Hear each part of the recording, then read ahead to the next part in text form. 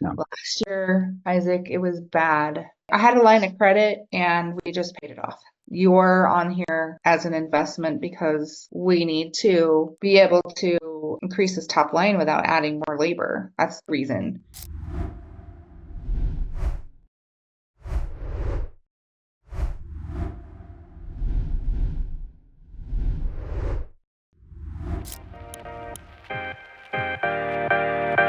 You have to have people who think about this, and it's a totally different skill set than what a lot of accountants have. And I have more of that skill set of process improvement, but some people just want to go to work and do what they do, and that's it. They don't want to think about how to improve stuff. I think you have to bring in that mindset and that culture and that idea and introduce people to see what it looks like. So that's number one. I needed someone to be the person to spot things and help implement and collaborate, with the team to move people in that direction. And I think they're a lot more open to it than they ever were before. And number two, profitability. I knew there was all kinds of buckets that we were missing. And obviously with our document, you just showed us exactly glaringly, embarrassingly, how bad some of this stuff is. So I feel like that's what we needed, and we are missing that skill set.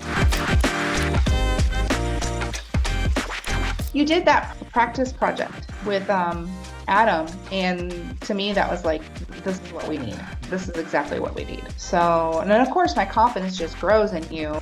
For me, that's what it was. Like, okay, prove it. You know what I mean? Prove that you can do it. I mean, but seriously, I've hired people before who I thought was going to do it, do certain automations and things like that for us, and they never could do it. There's always so many roadblocks. So, Do you recall why they couldn't do it in the firm? Like what sort of challenges they I faced? don't know. It was a integration with PandaDoc, and they were having troubles with that and trying to automate some things with the sales process, just like what you did.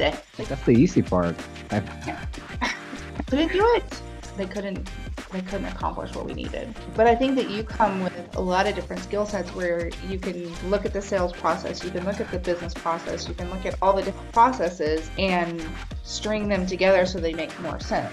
And that was one of the things that I don't think that they truly knew how to do, Yeah. and can just take it and run, where they needed a lot of hand holding.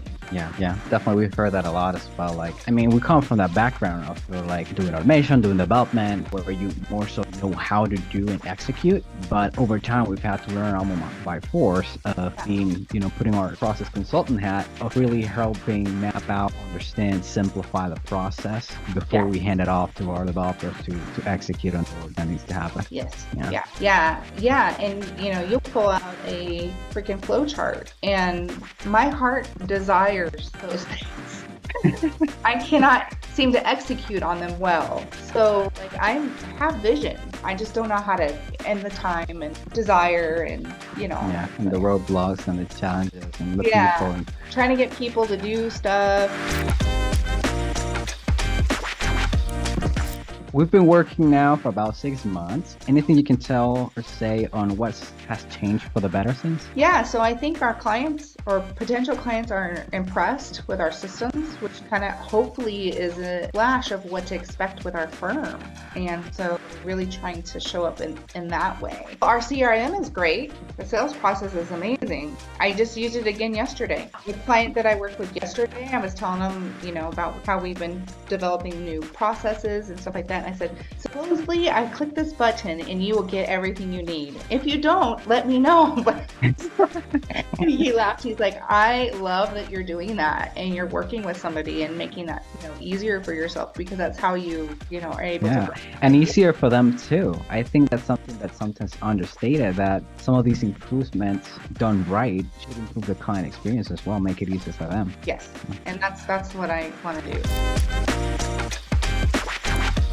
Then, if you see in us any opportunities for improvement, is there anything you felt in any way we could have done better? Nope.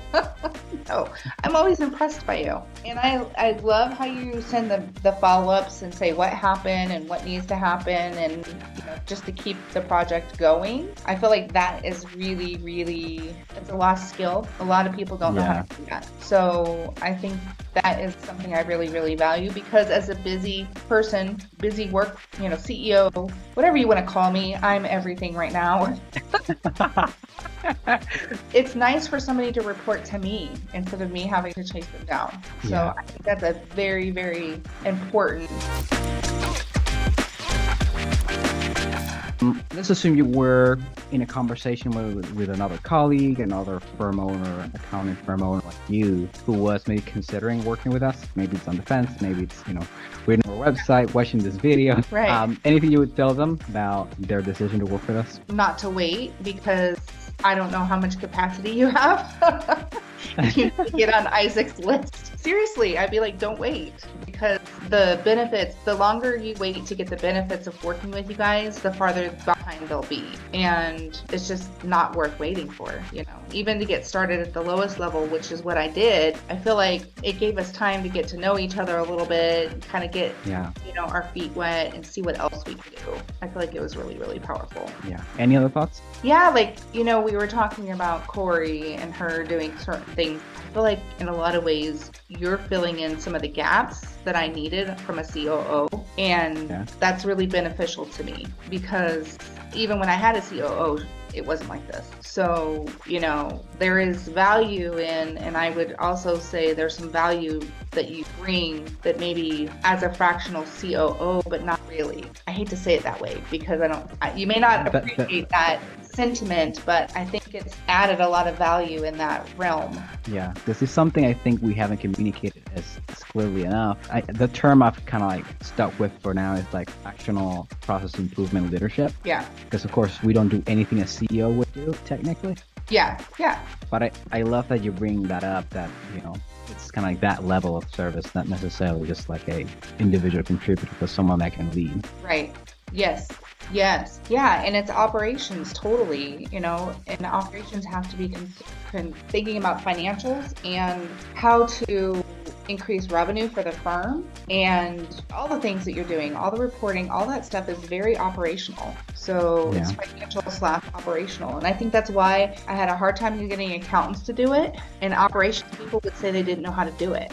Yeah, it's kind of sitting in that, bridging that gap. Absolutely. So yeah, you've been a huge support. I feel more support because of our relationship. Yeah, perfect.